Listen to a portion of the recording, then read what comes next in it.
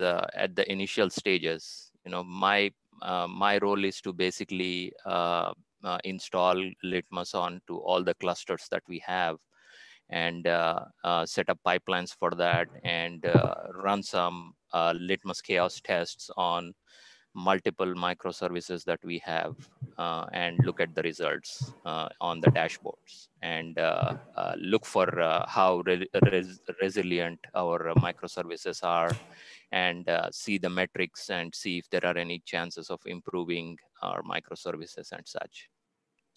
So, I mean, my task is to show them that this can be deployed, and these are the dashboards, and these are the metrics that we are getting and such.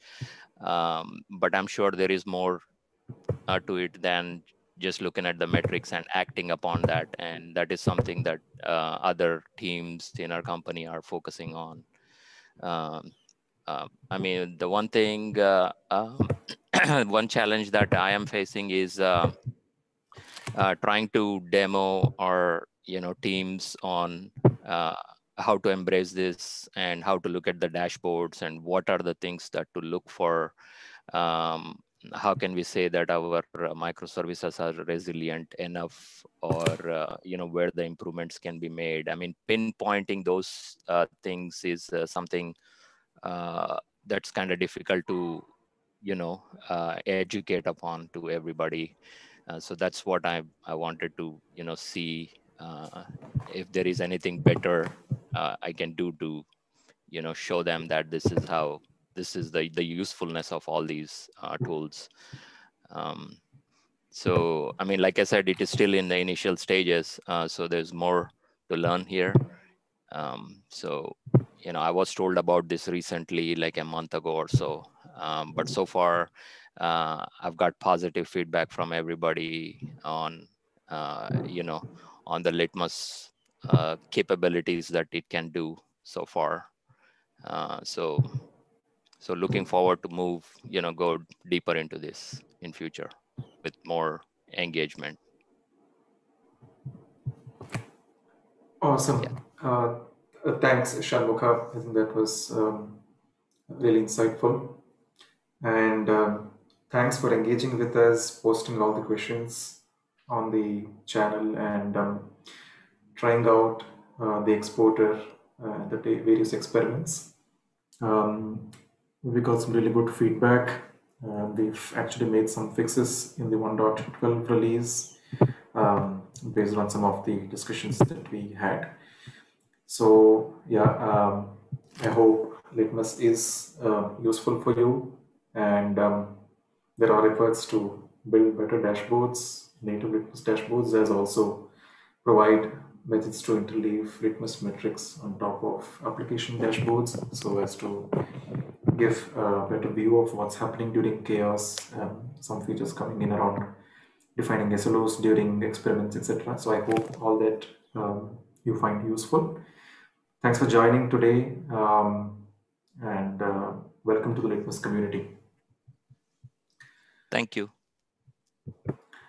All right, we have some more folks joining us. Ben, would you like to introduce yourself?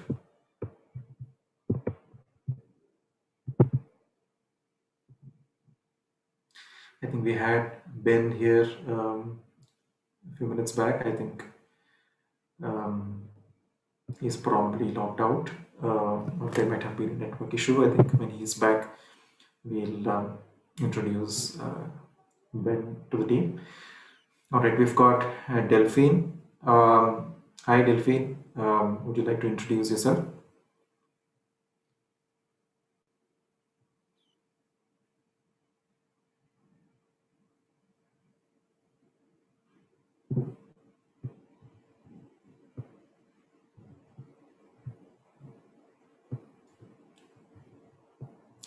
Okay, I'm not sure if Delphine is able to hear us. I think we just lost Delphine as well.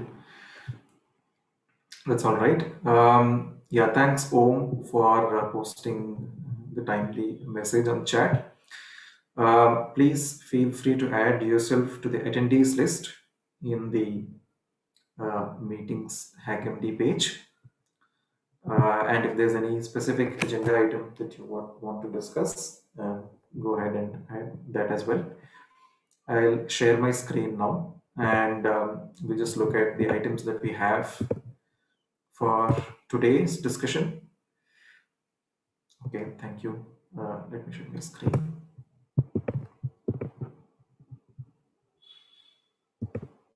I hope my screen is visible. Yes. Okay. Yeah. So this is the 19th Community Sync Up, the first of this year, and we just released the 1.12 as .0 of Litmus. This happened on 15th of Jan. So we just go over the release updates, some important features or fixes that we've made as part of this release. We'll just go through that. If some of you have been looking forward to these changes and we're waiting for these enhancements, this will be helpful for you.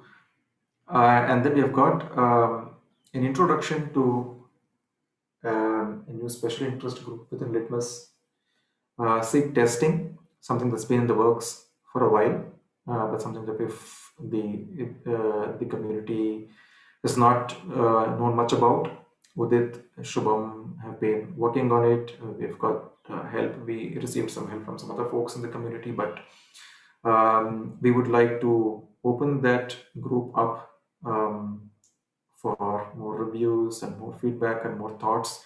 Udit is going to talk about SIG testing, what we do as part of that group, what the GitHub repositories are that are part of this SIG, what are our immediate goals and non-goals. And we've got some interesting stuff happening around the Litmus community. The Chaos Carnival is coming up. You might have seen some interesting messages put up, announcements put up by Prithvi. I'll probably let Prithvi talk about it.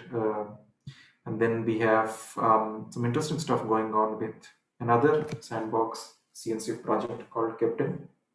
There have been some users running Litmus as part of Captain pipelines and are leveraging Litmus as a means to strengthen the quality gates executed by Captain. So we'll just probably touch upon that. And there is a cool demo of a feature that was not part of 1.12, but was in fact released earlier in 1.11, but we didn't get the chance to demo it or talk about it in our previous community sync up. So there is a quick demo from Shubham talking about Prometheus Pro, why the feature was created and what it entails, how it can be used.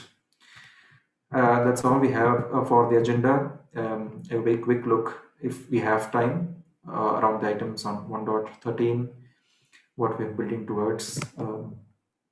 Probably that we can take a few seconds to talk about that. That's what we have today. And very quickly, I can go through the 1.12 release items and also acknowledge the contributions from the various members. Some of them are here today. We have Jordi, who is here, who's contributed some very useful and helpful PRs. So that's what we'll do now.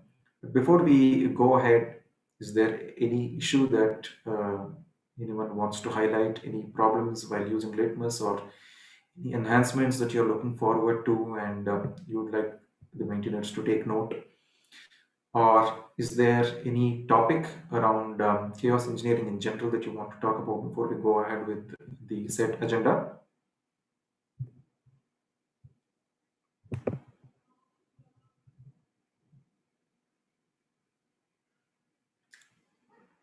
Summer or Jody, Christine, do you have any thoughts, any opinions to share? Not for me right now, no.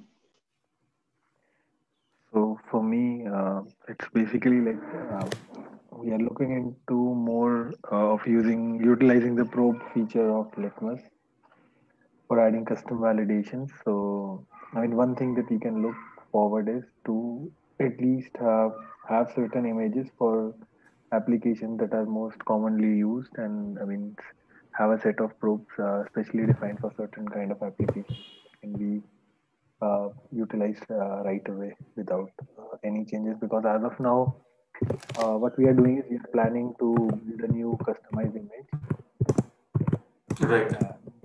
add validations. I mean that those validation might be even like useful as it is. They can be used. So I mean, once we are in a position that we can use it directly, so we can contribute back to the community.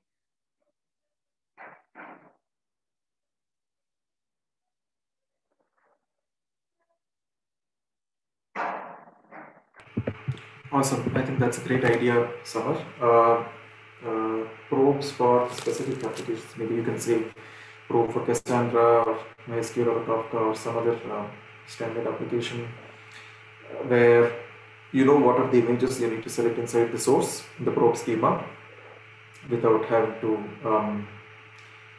without needing the users to actually think about how to create that probe. And if they have to create a new image, that's probably an extra step. So if there are some standard images already available for different applications, then people can use their probes. It will make things much simpler. That's a great suggestion. Thank you. Karthik, probably one more aspect that I would want to talk about is that a few folks, not only in the Litmus community but also in the Chaos Mesh community, have been talking about the difficulty in deployment of chaos open source chaos engineering tool sets. So, would you like to put some light to it in terms of Litmus as well? All right, it's a good topic. Simplifying the user experience. Okay, I probably talk about what Litmus community is doing to simplify the user experience. We are actually building towards the 2.0, which should probably be available in a couple of months. And one of the important goals of the 2.0 version of Litmus is simplifying the user experience and getting a low entry barrier for people to do chaos engineering. Yeah, I think the other communities are also making that effort today. So probably shed some light on that. We can have a discussion on that. Thanks, Prithvi. I think I will sort of get to this once we've gone through some of the other agenda items towards the end.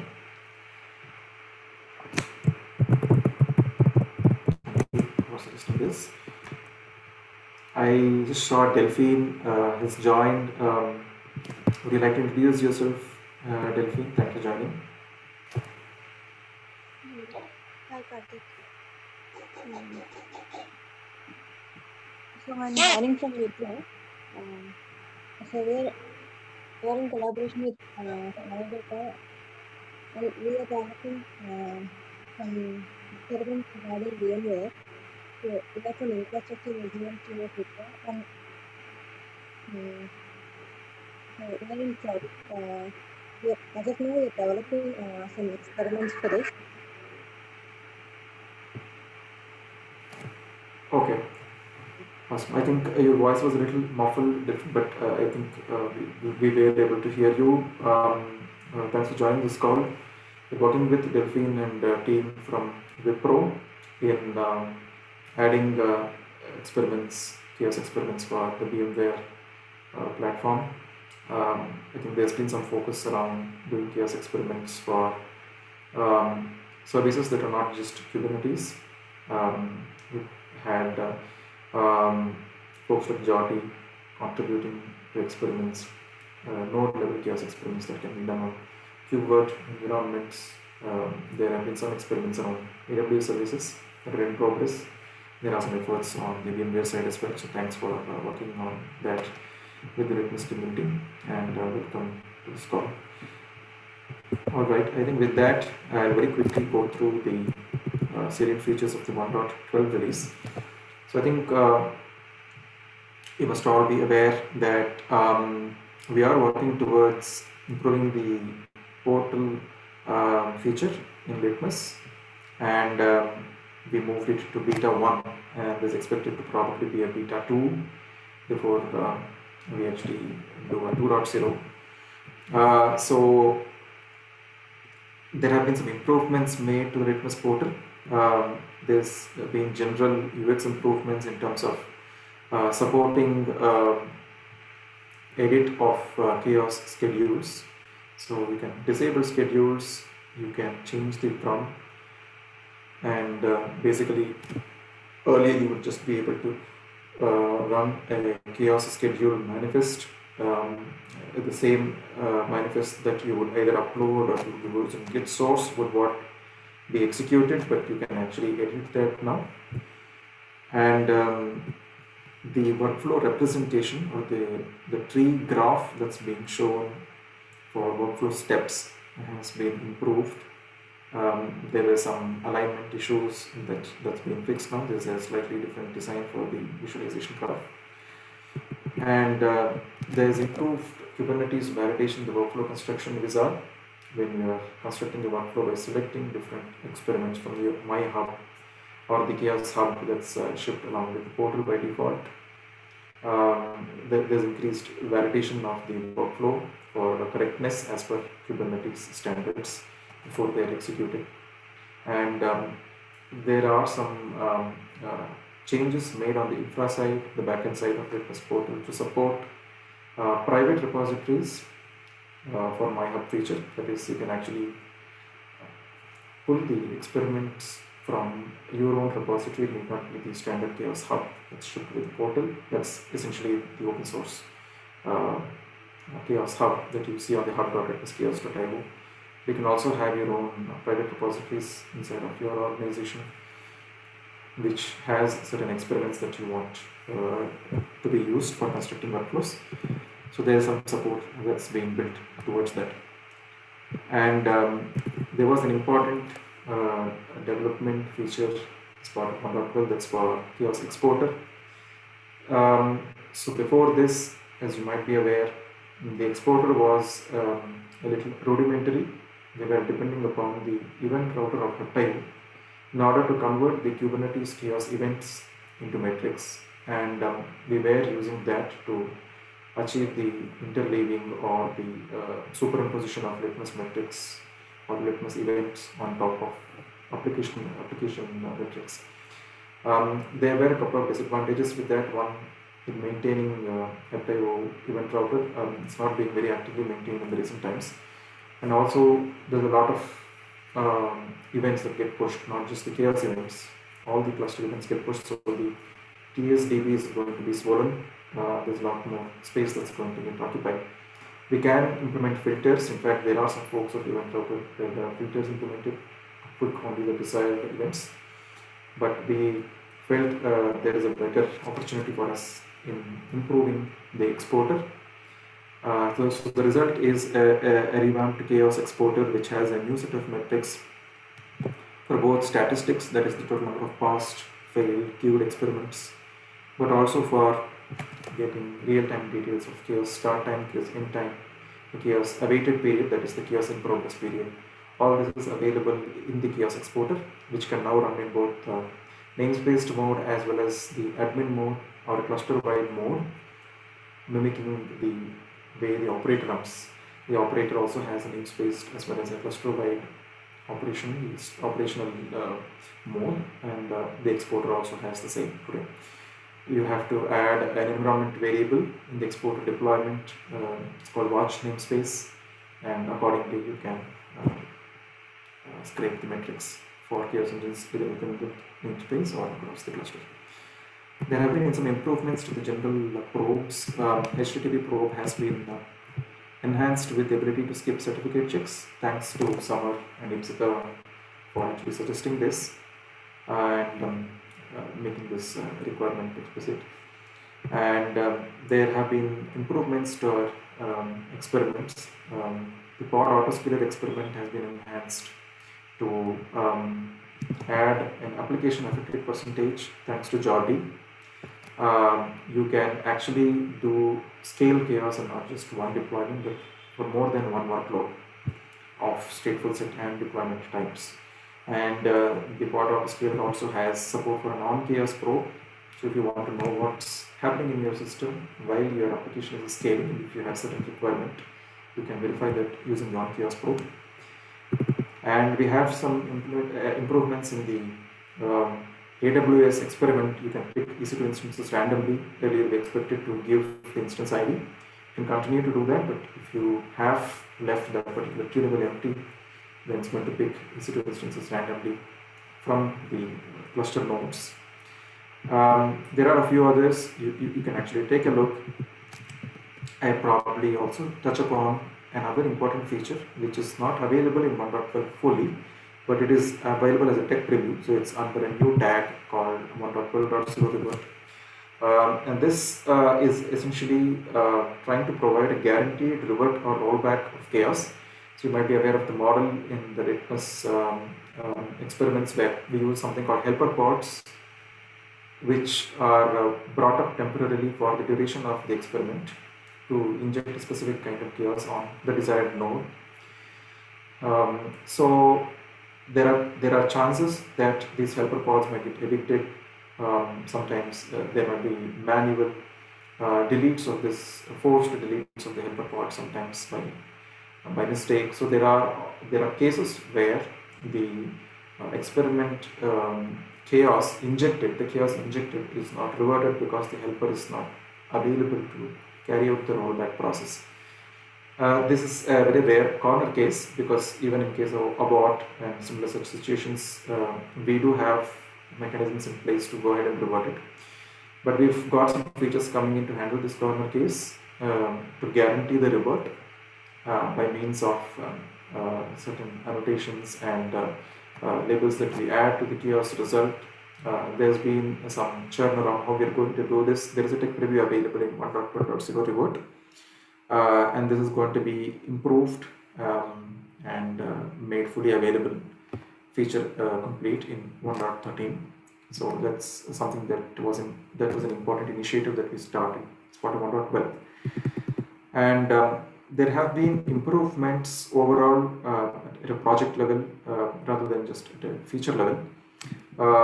So there is an improvement in the scaffold scripts. So you can actually create chaos lib template using the scaffolding tool, the Litmus SDK tool. You will end up with a chaos lib which takes a chaos command using chaos inject and chaos revert using chaos kill. With this you can run your own chaos. You can do preview experiments even before you've identified solid logic for doing chaos. You can play around with it using these environment variables and scaffold it to chaos lib. So that was something that we did. There have been a lot of improvements in the E2E and the CI process, something that Litu will speak about in a second. We've got 0.3.1 release of the chaos CI lib repo, which is essentially what is behind all the E2E suites that are being run upon every commit into Litmus Go repo or the operator or the runner repo. There's some enhancements there. And like all other open source projects, we are moving away, sadly, from Travis CI. In lieu of reduced support for open source projects, we've moved to GitHub Actions, which is serving us pretty well, and Circle CI in some cases. And we've also added some new documentation, improved Helm charts, and there have been some important bug fixes, especially for the operator. There were some spurious events coming on to the chaos engine when the chaos engines were installed with the stop engine state.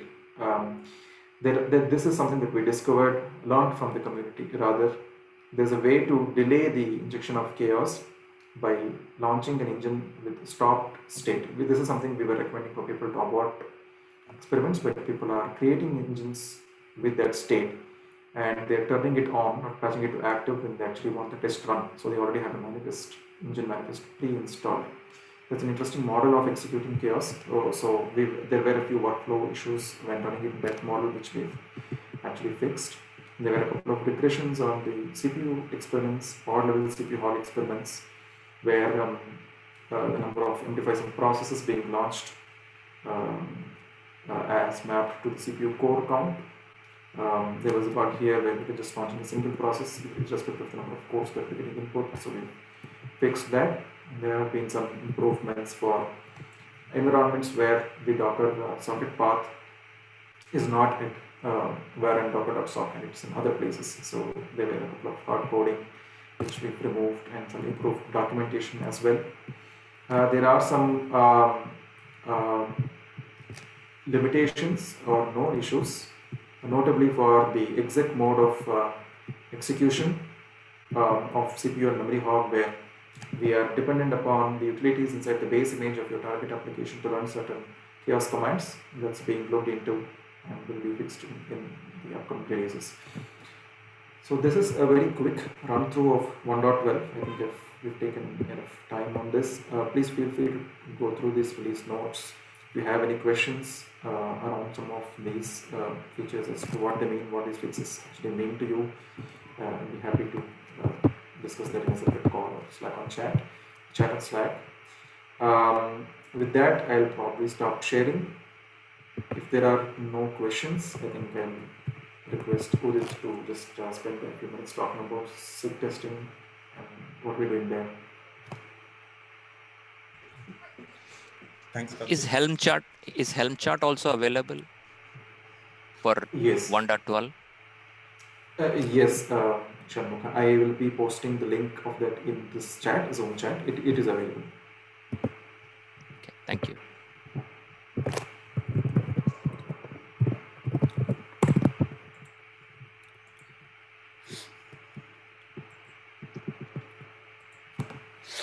Hello, everyone. I am Udit, the contributor of Litmus project. And in this session, we will discuss about SIG testing. So these are the type of contents we'll be covering very briefly today.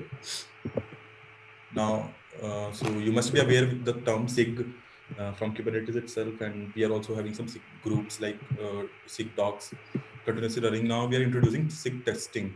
It is nothing but a group of community members who are aligned to achieve some common goal where they are most interested, ensuring the overall growth of the community. And this group is more intended toward the testing is SIG testing. The role of this members in the SIG testings are the role of SIG testing itself is like there should be one chair or lead. There should be dedicated goals and non-goals. I will discuss more in the later slides. And one or more SIG chairs will help in the guidance or in the maintenance of the whole testing framework. Respective teams will be there in GitHub organizations with a set of some repositories under the preview, and those will have the mini permissions for reviewing and adding the commits to the testing code. There will be a weekly or a monthly meeting, weekly meeting basically to discuss all those updates and future plans for the testing things. So now the main goals of SIG testing. So basically create a detailed test plan around the Litmus functionalities with a focus on both a negative and positive paths actually. So Litmus project as a community, it is scaling at a very high speed in terms of features, enhancements or integrations. So it is now become a very mandatory part to test each and every scenarios to gain the stability. And Litmus as a project, we keep the code quality and stability at the topmost priority. So maintaining the code quality is next important thing here, the goals of SIG testing. Now, there should be a docs referring to all the tests which we are adding for the cross references, establishing practice around automation. So currently we are using a BDD framework in Ginkgo and Go Omega for automating these test scenarios where all the tests are written in form of BDDs. So the other main goals are like maintaining EP softwares and hardware resources, which include we will discuss these what resources we are using. So we need to maintain them, and this is something common for every SIG groups, like addressing the queries and giving the status of whatever release candidates and whatever the test is there and what is needed to be added. And with the principle of testing, it should be always aligned to that. The main goal, one another main goal is that. This actually include running all continuous tests. There should not be repetitive test. There should be minimum, not exhaustive test. These things like the test should be running on every commits, so that could track it whenever it get introduced. Now, getting started with SIG testing. So Litmus framework itself is a very easy product framework to contribute, and Litmus UT is one of the branch of it where you can just start very easily. So the contribution can be in form of bugs, of discussion through GitHub issues, or proposing a new test scenarios, writing a new test case. So there is a contributing guide inside the repository. I will take you to that. I will take you to the walk through the repository. Here is the Litmus E2 repository in GitHub. We have a dedicated branch for every pipeline, like generic branch, OpenEBS, and Litmus portal branch. So generic experiments are like those experiments which we comes under the generic suite of category. Now, for contributing, you can just refer this README and how to contribute. There are some content here. You can just go through it. As I mentioned, you can raise the issue for any issues. You can also include, there is a master plan.yaml CR, which we are keeping to which are maintaining to keep track of the current coverage of the pipeline. So there are some tests mentioned in form of list inside it.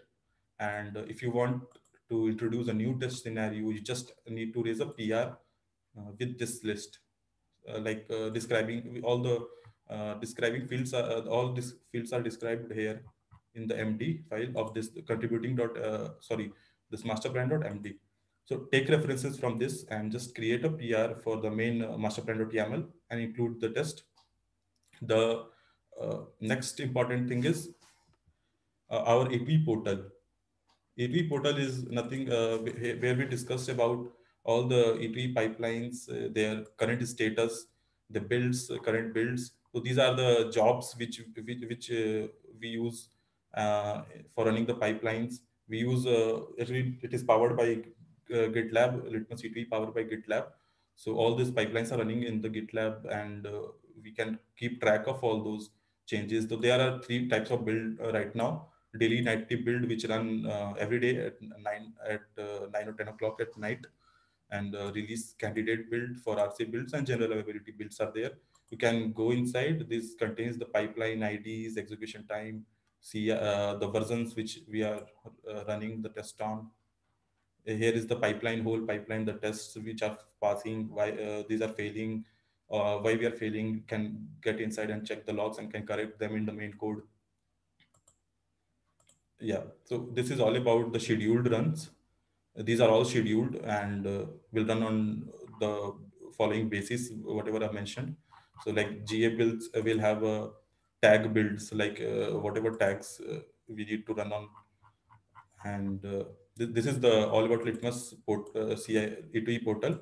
Now, the E2 and E2E hardware and software resources which we use in Litmus E2E is it is actually powered by GitLab. So GitLab is the first thing which we will use. The clusters for running the test will be available on AWS. Here in AWS, we are maintaining all the runner VM, cluster VMs. There are a number of clusters, like 3 clusters running respective pipelines, like pod level pipelines are executed by one cluster.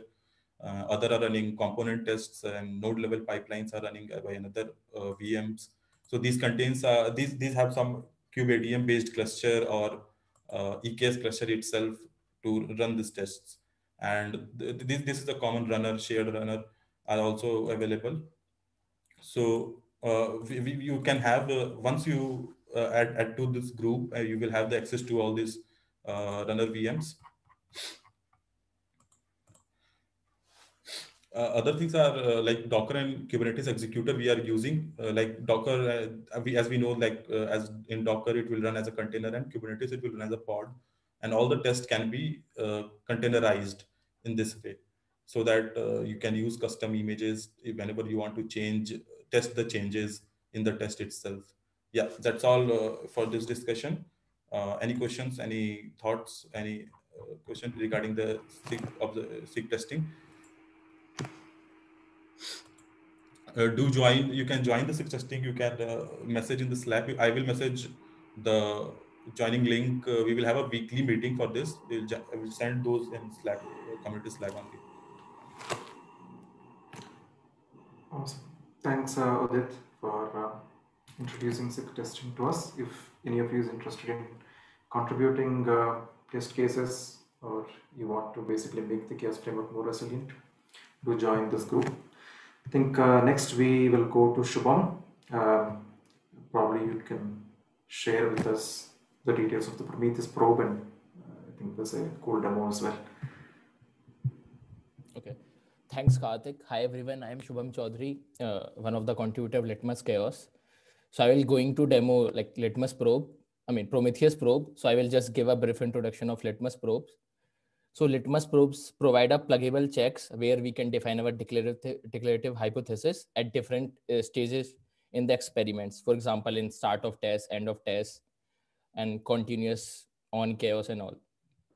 So we have a 4 type of probes. This is STD probe.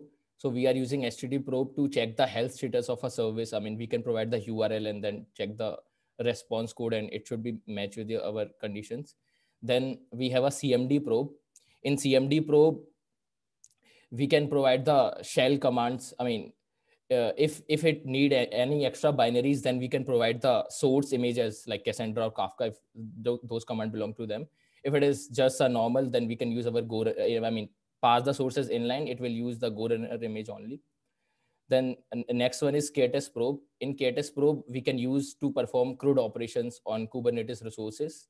Then this next one is our Prometheus probe, where we can provide the endpoints and PromQL commands, and it will check for some particular criteria. So it will check the metrics should be follow that criteria. And we can define the mode as SOT, start of test, EOT, end of test. Then age is basically start and end of test. Then next one is continuous. It will run from, pre-chaos to post-chaos till the this, and on chaos will run for the chaos duration only. So we can go for Prometheus probe. So in Prometheus probe, we can define, the probe inside the chaos engine. So this is so in Prometheus, this is the schema. How we can define like this. We can provide the name and type as Prometheus probe.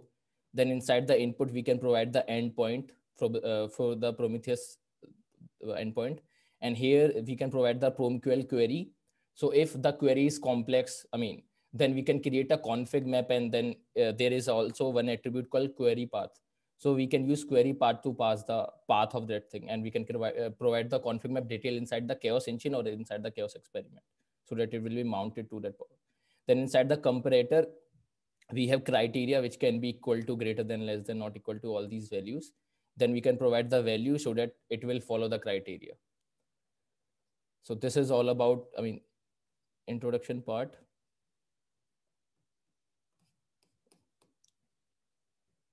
So I will go to my setup. I will explain the setup. I have created a cluster, 2-node cluster, where I install Grafana, Prometheus, and my test application is Hello Service.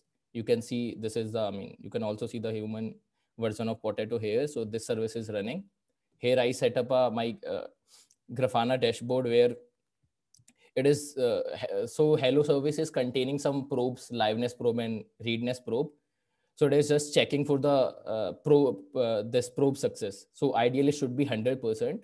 So I set these two, I set 95% as a warning and 90% as a critical. So in my test, I'm just checking this probe success should be greater than 95. So it's set that condition.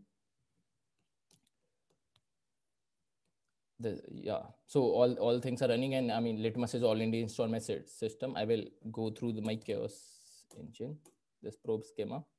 So here we define all the application details. So here my application is Hello Service. Here is our this one. This I provided the endpoints and then query. This is my query to get a probe success. So here the instance is this our Hello Service, and I provide the and here in Hello Service we are using black box exporter. So the black box exporter is basically exposing the metrics for the Hello Service. So that, and here in comparator I provide the value 95, and the criteria is greater than equal to. So the value should be greater than 95. And for me, the mode is continuous. So for my example, I created a one replica of hello service, and I'm using pod delete experiment as a sample experiment. So it will delete this hello service, and then it will. So we can create chaos engine.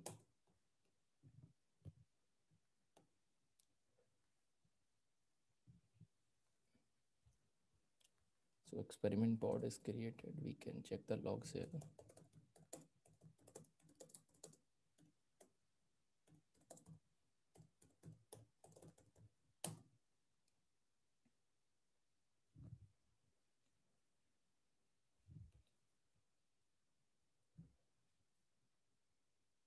So we can see this dropping. I mean, the probe success, this probe success is decreasing to 0 because there was only one replica and that replica is deleted. So the value is, so now the liveness and readiness probe is failed because the pod is deleted. We can also check here. We can see this is the hello service pod, this one. So we can see 30 seconds ago. So because it contains the liveness and readiness probe, it will take some time in the restart. Yeah, it dropped to 0 because it dropped to 0. So ideally our probe should fail because we match the, I mean, we are set the criteria, it should be greater than equal to 95.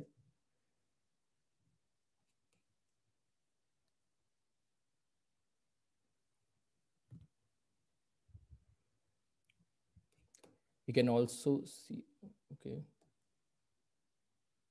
Now I think it is come back live. Okay. We can see this has failed. I mean, the experiment is failed because the criteria is not matched. So now we can scale our application to 2 replicas.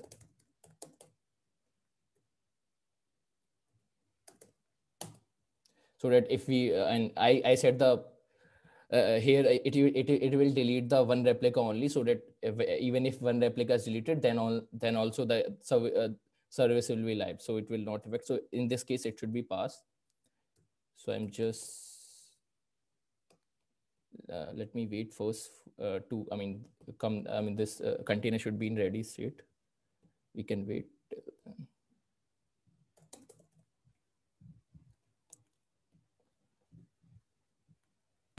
I mean, it will take. I think one of the, yeah, sorry to interrupt, you just probably wanted to share one thought as we wait for the readiness probe to kick in. One of the important requirements that drove creation of Prometheus probe was the fact that a lot of chaos experiments are not only about injecting chaos, there's also a hypothesis that you associate with it, and there's a need to translate that hypothesis into an actual automated action, and that needs to be defined in a declarative way inside the CR. And most of the time, this hypothesis is surrounded, is mostly around Prometheus metrics. Prometheus being the de facto standard for metrics. You can actually have other family of such probes. You can have probes that are getting metrics from other sources and not Prometheus. Prometheus being the most popular one. Anything that your app is going through is reflected in the metrics that it is throwing out. Most of the popular applications have exporters associated with them today. So this is a very convenient way for the person performing the experiment to describe the change he expects to see in his application and also define deviation. So like Shubham mentioned, the criteria is very flexible. You can have greater than, lesser than, or have a range defined, etc. So you will be able to see whether the deviation in the steady state is as per expectation or if it is actually transgressed that, in which case the probe is deemed a failure. Yeah, I think that was the intent of the Prometheus probe. You can go on. Thanks, Shubham. Yes, thank you, Atik. Yeah, so for this, for the first run, it is failed, and we can also see this, the probe is failed here. So now, I mean, our replica is come to running state, so we can apply this now. Okay.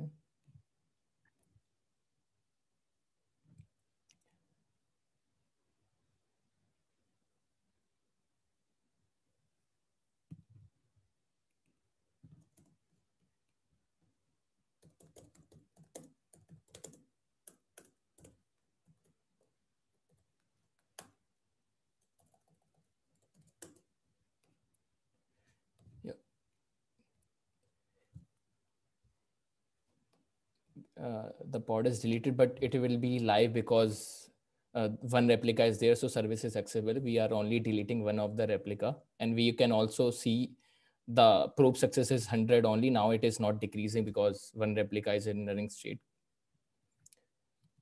Yeah, so one replica is deleted.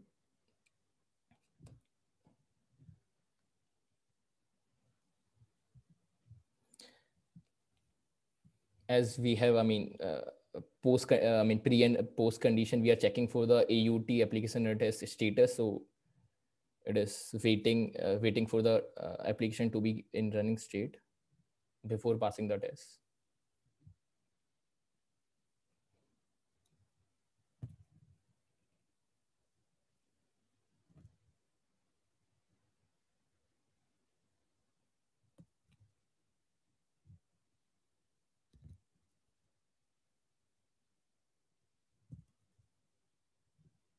So we can see, in the logs also, we see that it is pass. We can also check in chaos result. In chaos result also, we can see the probe is pass, and we can also see the verdict is pass, and probe success percentage is 100%, as there is only one probe and which is pass. And here also, in the 1.12, we have one enhancement, which is basically contain the history, which is contain the cumulative sum of failed runs, pass run, and stops. And so this is also, 1.12 new feature. So we can also track here. So here also we can verify it is 100 only. So this is all about demo. Is there any question?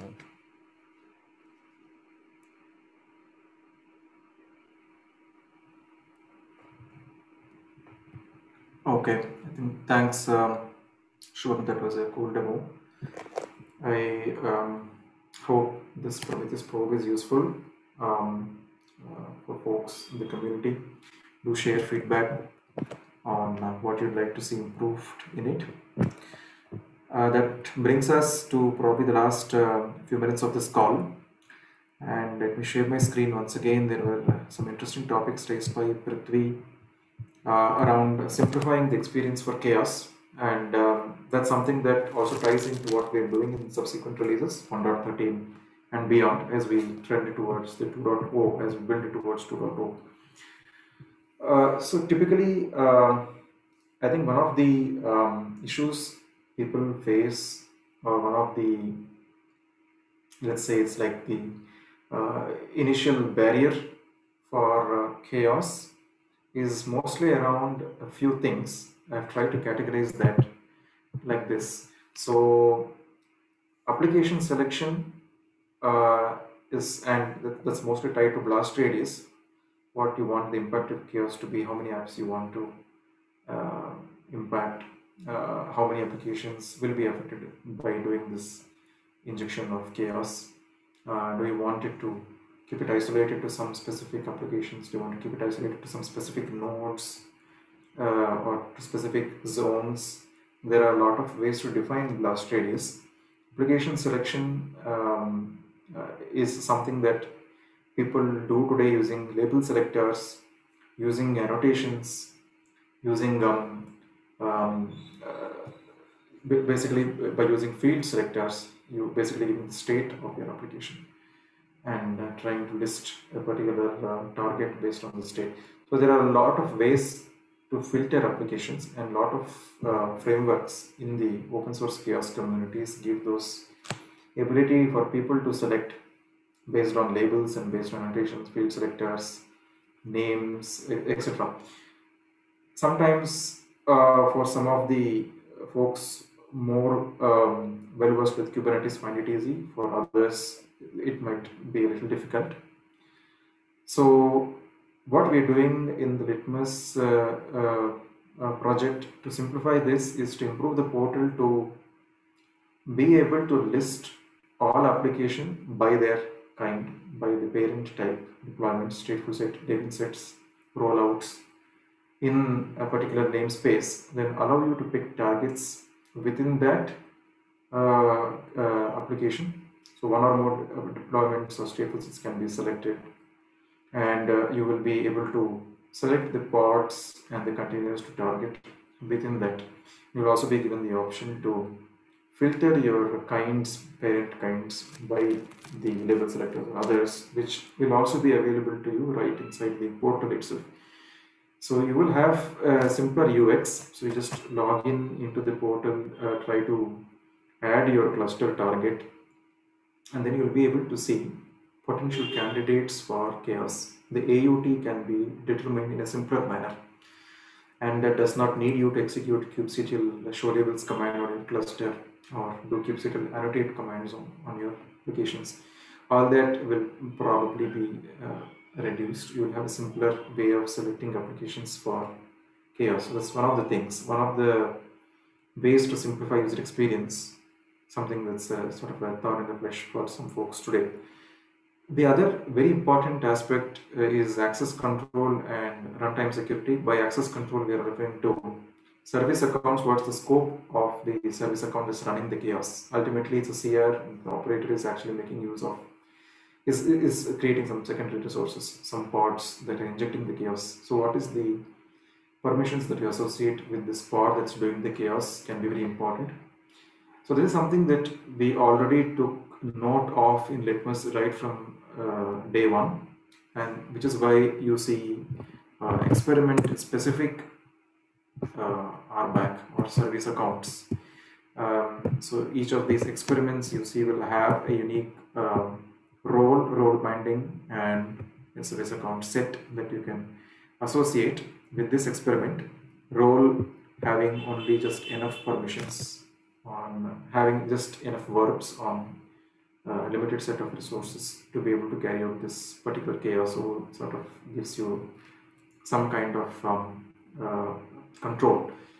There's also the option of using the admin service account, the Litmus admin service account. In case you're running it in a cluster-wide mode, you have a central namespace where you put all the experiments. You're controlling all the experiment execution from that namespace, but you want to impact applications elsewhere in other namespaces. You can still use the admin service account, but you always have the option of taking an experiment specific RBAC just to have enough permissions for doing only that experiment.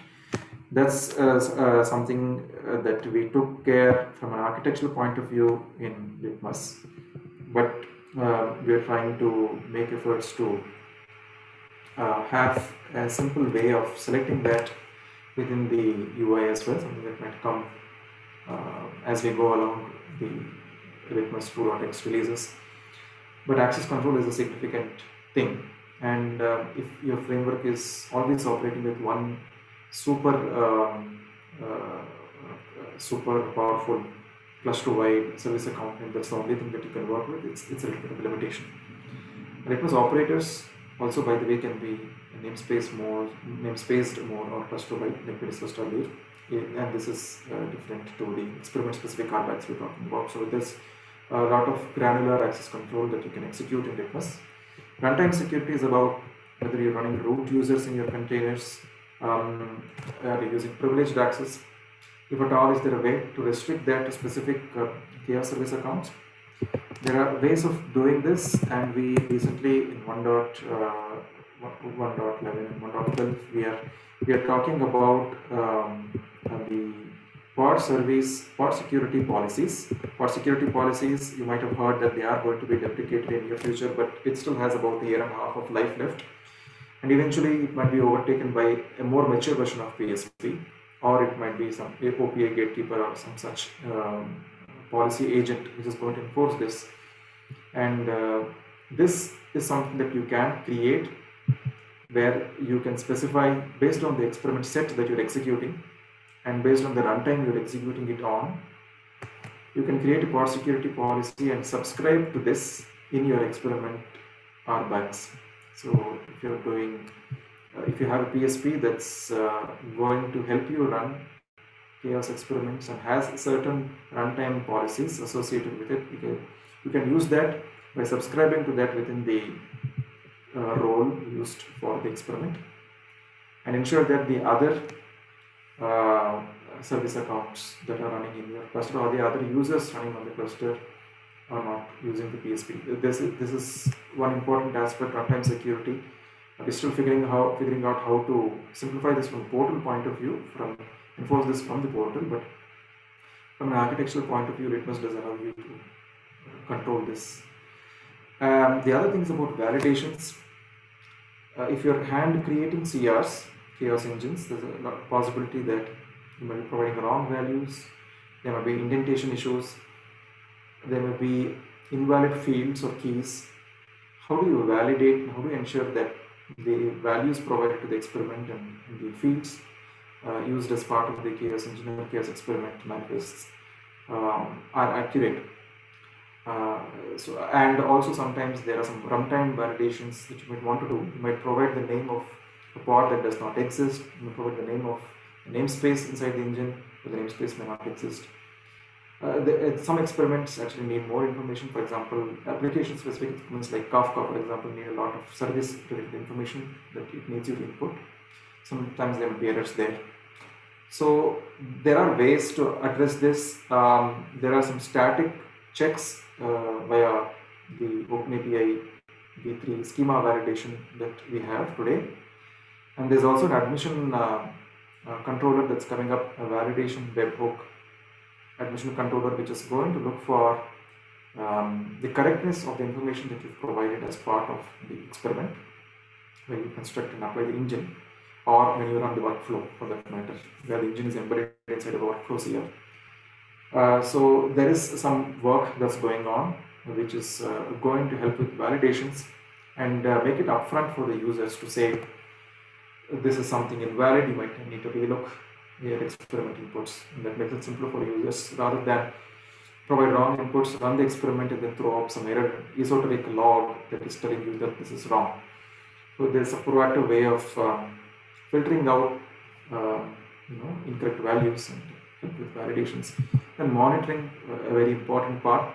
So chaos goes hand in hand with monitoring. So any framework that's being built today around chaos needs to invest a lot on monitoring, helping people understand what's going on in their systems as they execute chaos. Sometimes you might want pure system insights. That's just about the chaos. This much memory is consumed, this much CPU cores have been consumed, or this much of latency is injected. All this information you might want to see live as things happen in the background, but you might also want to see how your applications are reacting. So the frameworks are trying to build this integrated monitoring, so to say, within their frameworks, and the portal is also coming up with this. So these are, in my view, some of the ways to simplify, improve user experience, lower the entry barrier. And we've taken cognizance of this and something that we're working towards as we go into 2.0 of Litmus, where the portal is going to be the de facto way of executing experiments along with the portal APIs. So this is some thoughts, Prithvi. I really welcome suggestions and thoughts in this area from folks in the community. I think the more opinions around improving the experience, the better. Are there any questions about this, or any thoughts, feedback?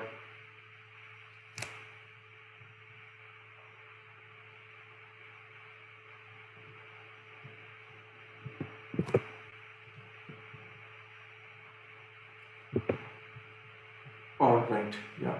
So I hope that was a reasonable answer, Prithvi. I think we will continue to make more improvements and simplify user experience as we go. There's something on chat. Cool, thanks, Prithvi. All right, I think we sort of covered what's going to come in 1.13, a significant portion of the simplification, as well as guaranteed chaos rollback is going to become GA, or it's going to be feature complete in 2.0, I mean in 1.13. That's what we will be looking at, in a lot of doc improvements as well. So thanks once again for all those who've joined this call today. Special thanks to Jordi and Samar and Shanmukha for all your insights and your PRs and issues which you created for 1.12. Looking forward to your continued support, and hope we all make the project better. I hope 2021 is a great year for Litmus, and we grow as a CNCF project. With that, I think I'd like to end this call. Thanks once again, all of you, for joining. Have a great day. Have a great week ahead. We'll post these notes on Slack, and we'll sync up in our next community call. Folks, just before we end this call, I would just like to forward the link for Chaos Carnival. Chaos Carnival is a global event, 2-day event on the February 10th and 11th that we are curating. And I mean, we are also a part of the conference organizing team, and it's an open source conference. I mean, it's a vendor neutral conference, and we are going to talk about chaos engineering there. So folks, I've just sent the link for registration, so feel free to register. If you have any questions, feel free to ask them to me right now, or you can also DM me or send your messages on the Litmus Slack as well. So looking forward to seeing you all at Chaos Carnival, and have a great day, have a great night. Thanks everyone. Thank you. Bye. Thank you. Thank you.